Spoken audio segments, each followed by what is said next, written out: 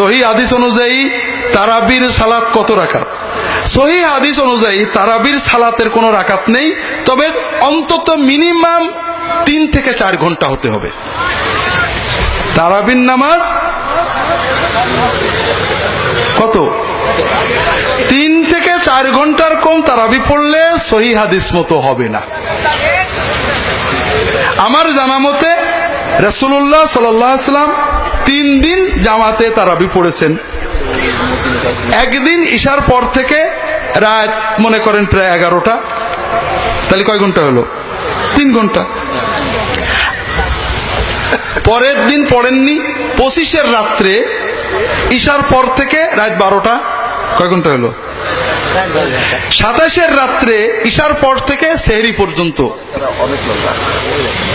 কয় ঘন্টা হলো? হ্যাঁ, এর কমে কোনদিন রাসূলুল্লাহ সাল্লাল্লাহু আলাইহি ওয়াসাল্লাম তার এই কয়দিনে কয় রাকাত পড়েছেন হাদিসে নেই। রাসূলুল্লাহ সাল্লাল্লাহু আলাইহি ওয়াসাল্লাম তাহাজ্জুদ কিয়ামুল লাইল 12 মাস সাধারণত মাঝরাতে উঠে, প্রথম রাতে না, সাধারণত 2, 4, 6, 8, 10, 12 পর্যন্ত পড়তেন। এখানে কোনো ফিক্সড রাকাত নেই।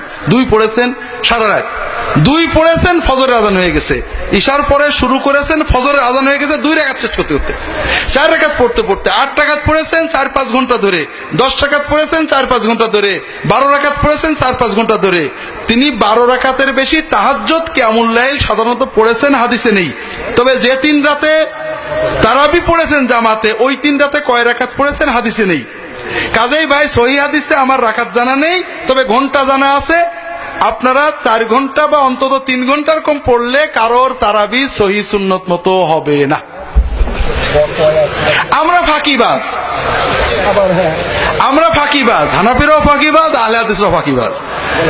হানাফিরা 20 বলে মাথা কামায়, কিন্তু 20 রাকাত সাহাবীরা ওমরের সময় 20 রাকাত পড়া হতো, কিন্তু কয় ঘন্টা ধরে পড়া হতো তা কেউ চিন্তা করে না। আবার আহলে হাদিস বলে নবীজি 8 রাকাত পড়েছেন। 8 রাকাত পড়েছেন, ঠিক আছে, 12ও পড়েছেন, সমস্যা নেই, কিন্তু 8 রাকাত পড়েছেন প্রতি রাতে 12 মাস, রাত 12টায় উঠে 4টে পর্যন্ত। এবং